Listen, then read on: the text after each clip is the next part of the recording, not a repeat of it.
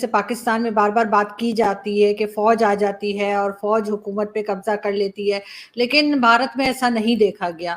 उसकी क्या वजह है और किस तरह से आपकी, क्योंकि आप खुद आर्मी में रहे हैं, तो आपके ख्याल से आपकी आर्मी जो है वो बाहर कैसे रहती है सियासत से? क्योंकि हमारे यहाँ तो बार बार हमने यही देखा है कि इंटरफेरेंस होती है, और अगर नहीं होती तो फिर जैसे इमरान खान है या इवन शहबाज शरीफ साहब और कई दूसरी पार्टीज के लोग खुद बुलाते हैं कि जी न्यूट्रल ना रहिए और आइए हमें बचाइए। आपको क्या लगता है कि अगर पाकिस्तान में इस तरह से बार बार फौज ना आई होती तो क्या बेहतर होता, या ये कि जो पॉलिटिशियन है वो मुल्क नहीं संभाल पाते बल्कि फौज को ही संभालना पड़ता है?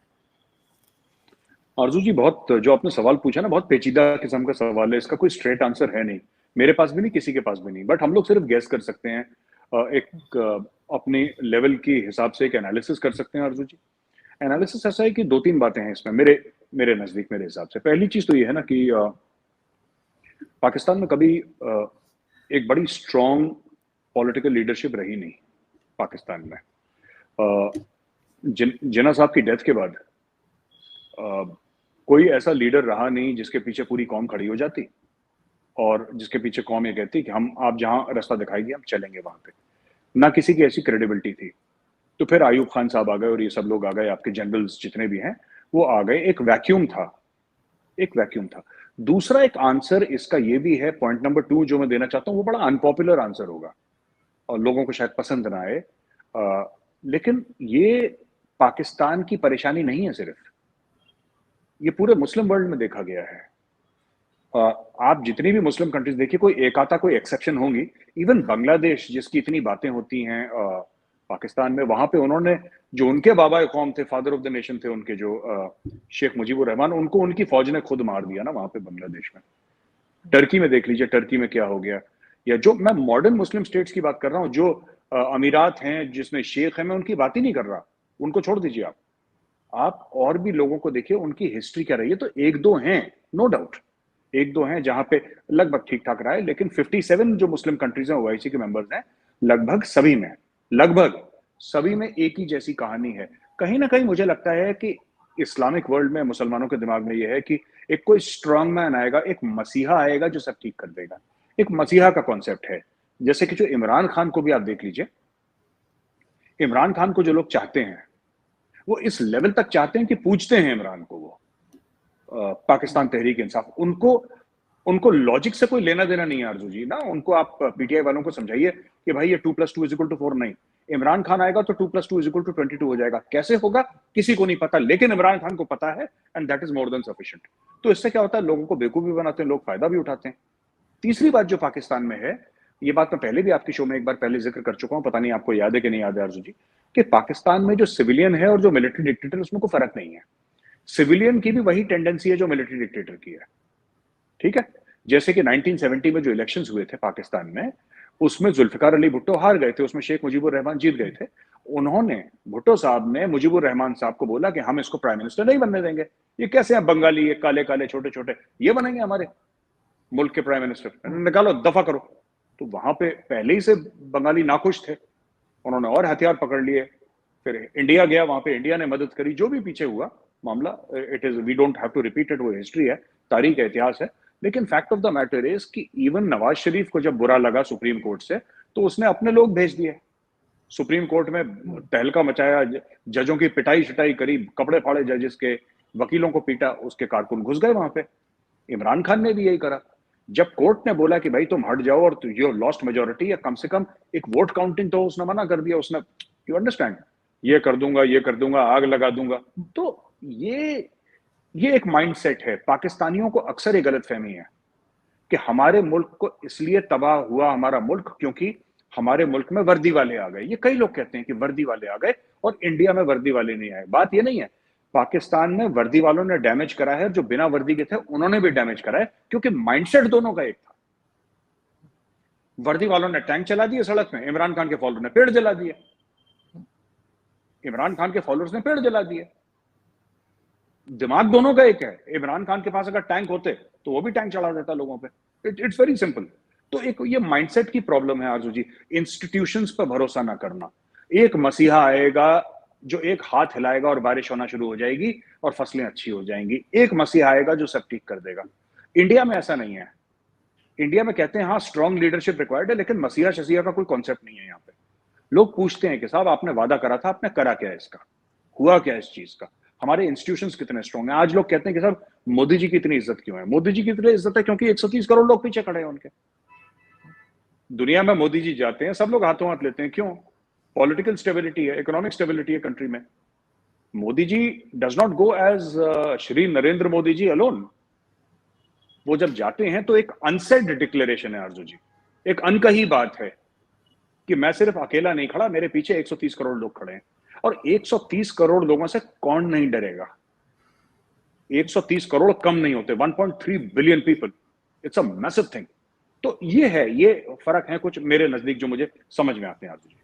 लेकिन एक चीज और यहाँ पे देखी गई है कि जब भी कोई डिक्टेटरशिप आती है या फौज आती है और वो गवर्नमेंट का चलाती है, मुल्क को संभालती है, तो जो क्राइम है वो भी कम हो जाते हैं, उसके साथ साथ इकोनॉमी भी बेहतर हो जाती है, डॉलर का रेट भी रुक जाता है किसी एक खास जगह पे। लास्ट अगर हम याद करें परवेज मुशर्रफ की, तो काफी टाइम जो है वो डॉलर रेट जो है वो और ज्यादा नहीं बढ़ाता। लेकिन जब भी फौज नहीं होती और दूसरी गवर्नमेंट होती है, तो ये क्यों संभाल नहीं पाती हैं? आपको लगता है कि क्या घबरा जाते हैं, क्या हो जाता है इन लोगों को? आरजू जी ऐसी बात नहीं है, जब भी फौज आती है तब डॉलर भी आते हैं पाकिस्तान में, एक बात ध्यान रखिएगा। इमरान खान 10 गालियां दे दे अमेरिका को, ठीक है, कोई 10 गालियां दे दे, शहबाज गिल 10 गालियां दे दे, फवाद चौधरी 10 गालियां दे दे अमेरिका को, अमेरिका ने ये करा है, डोनाल्ड लू ने ये करा है, ये चोरी करी है, इंपोर्टेड सरकार, इंपोर्टेड हुकूमत, ये पूरी चीज वो कह सकते हैं, उनका हक है कहने का। लेकिन fact of the matter is that जब फौज आती है, जब परवेज मुशर्रफ आते हैं तो पैसा आता है, जियाउल हक आते हैं तो पैसा आता है, आयूब खान आते हैं तो पैसा आता है। ये सच है, ये मतलब हम लोग इसको डिनाई नहीं कर सकते। एक तो इनफ्लो ऑफ डॉलर्स अचानक बढ़ जाते हैं, क्यों? इसलिए क्योंकि the Pakistan military is very close to America. ये सब पढ़े लिखे वहीं पे हैं, ये स्टाफ कॉलेज के लिए और अपने सीनियर कमांड के लिए और हायर कमांड के लिए और एनडीसी के लिए, ये सब तो अमेरिका भागते रहते हैं अपने कोर्सेज करने के लिए। ये सब आपके, इनफैक्ट आपके जो चीफ ऑफ आर्मी स्टाफ है जनरल बाजवा, ये भी पढ़े हुए अमेरिका के। अब एक और बात है इसमें, पाकिस्तानी आर्मी एक्चुअली रियलाइजेस की गेम क्या है ये। मैं अब, ये बड़ा फनी केस है ये कि जहां पे पॉलिटिशियंस को नहीं समझ में आ रहा, फौज को समझ में आ रहा। फौज को पता है गेम क्या है ये, उनको गेम समझ में आ गया, ठीक है ना। लेकिन फिर भी मैं आपको बताता हूं, जैसे कि आपने बोला परवेज मुशर्रफ आए तो डॉलर एक जगह रुक गया, महंगाई एक जगह रुक गई, आपने देखा करप्शन रुक गया, लोग, ये दिस इज लाइक स्टेरॉइड्स। जैसे हम कहते हैं ना कोई बीमार हो जाता है तो स्टेरॉइड लगाते हैं, पर स्टेरॉइड लॉन्ग टर्म क्योर नहीं है। स्टेरॉइड जो है वो लॉन्ग टर्म क्योर नहीं है। फौज है, मैं खुद फौज का हूं और मैं आपको एक बात बता दूं, फौज एक काम के लिए बेहतरीन है। कोई भी दुनिया की फौज हो, मैं इंडियन आर्मी की बात नहीं कर रहा, कोई भी फौज हो दुनिया की, चाइनीज आर्मी हो, American army, British army, French army, Italian army, Spanish army, कोई भी वर्ल्ड की आर्मी है, रशियन आर्मी, वो एक काम के लिए ठीक है, वो मुल्क की हिफाजत करने के लिए और लड़ने के लिए दुश्मन से। आप उसको बोलेंगे बिजली के बिल इकट्ठा करो, इलेक्शन कराओ, राज करो मुल्क पे, उसने बेड़ा गर्क करना है, बिकॉज उसका माइंडसेट लड़ने का है ना, उसका माइंडसेट लड़ने का है। अच्छा, आखिरी बात, जब डिक्टेटर होता है ना, तो जो लोग होते हैं जो इन्वेस्ट करते हैं मार्केट में, उनको एक श्योरिटी होती है कि कल कोई हड़ताल नहीं होगी, कल कोई ऑपोजिशन वाला खड़ा होकर बकवास नहीं करेगा, यानी मेरा पैसा सेफ है। एक मार्केट सेंटिमेंट जो है वो पाकिस्तान में स्टेबल हो जाता है। मार्केट सेंटिमेंट वो ना ज्यादा ऊपर जाता है ना ज्यादा नहीं, एक स्टेबल हो जाता है। तो उसमें जो डोमेस्टिक इन्वेस्टमेंट है, कम से कम जो फॉरेन इन्वेस्टमेंट है, वो तो कभी पाकिस्तान में हुई नहीं। वो डॉलर आए जिहाद के लिए, वो अलग चीज है।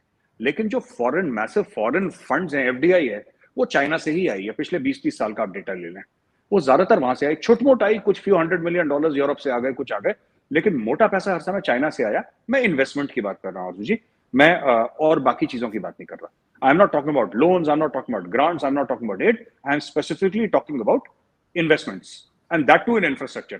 वो ज्यादातर जो आया वो चीन से आया है पाकिस्तान में। तो क्या होता है कि जब डिक्टेटर होता है, यही मैं आपको बता रहा हूं, जो आज सीपैक रुक गया है आपके यहाँ, ठीक है, कल अगर बाजवा साहब आ जाए एज प्रेसिडेंट और बोले कि 10 साल का मार्शल लॉ है, जो आपका सीपैक है ना, घोड़े की तरह दौड़ेगा ये। सही बात है, क्योंकि बाजवा साहब ने क्या करना है, बाजवा साहब ने सिंपल सी बात बोलने, मैंने ISI को लगा दिया, जिसने पैसा खाया मैं उसको उल्टा टांग दूंगा गली से, ठीक है, मुझे ये चाहिए। कोई मीटिंग्स नहीं होंगी ऐसी कि सर मैं ये सोचता हूं, सोचना क्या है, एक बार चीफ ऑफ आर्मी स्टाफ ने हुक्म दे दिया, कहानी खत्म हो गई। फौज में तो ऐसे ही चलता है, फौज में हुक्म के बारे में एनालिसिस थोड़ा ना होता है कोई। Once an order is passed, an order is passed, it's a matter of life and death. तो वही फॉर्मेट अगर आप सिविल स्ट्रीट में लाएंगे तो कुछ लिमिटेड समय तक आपको अच्छा दिखेगा, कुछ लिमिटेड समय तक आपको फैंटास्टिक प्रोग्रेस दिखेगी। आप बोलेंगे यार ये तो जन्नत हो गई यार, फौजियों को आना चाहिए, फौजी तो ऐसे करते हैं काम हो जाता है, यूं करते हैं तो ट्रेन समय पे चल जाती है, यूं करते हैं तो प्राइसेस रुक जाते हैं एक जगह, गरीब को रिलीफ। ये सब स्टेरॉइड्स की, जैसे चीनी होती है ना, चीनी, आरजू जी, आप चीनी खाइए, अचानक आपको एनर्जी मिलती है, लेकिन वो सेहत के लिए खराब है। आप शुगर खाएंगे, अचानक आपको बर्स्ट ऑफ एनर्जी मिलेगी, लेकिन वो सेहत के लिए खराब है। ये फौज वैसी होती है, इट इज लाइक शुगर, सेहत के लिए खराब है, लेकिन इंस्टेंट बर्स्ट ऑफ एनर्जी मिल जाती है, उसी में यूफोरिया हो जाता है कि साहब बड़ा तीर मार दिया फौजी ने। ऐसा नहीं है कुछ,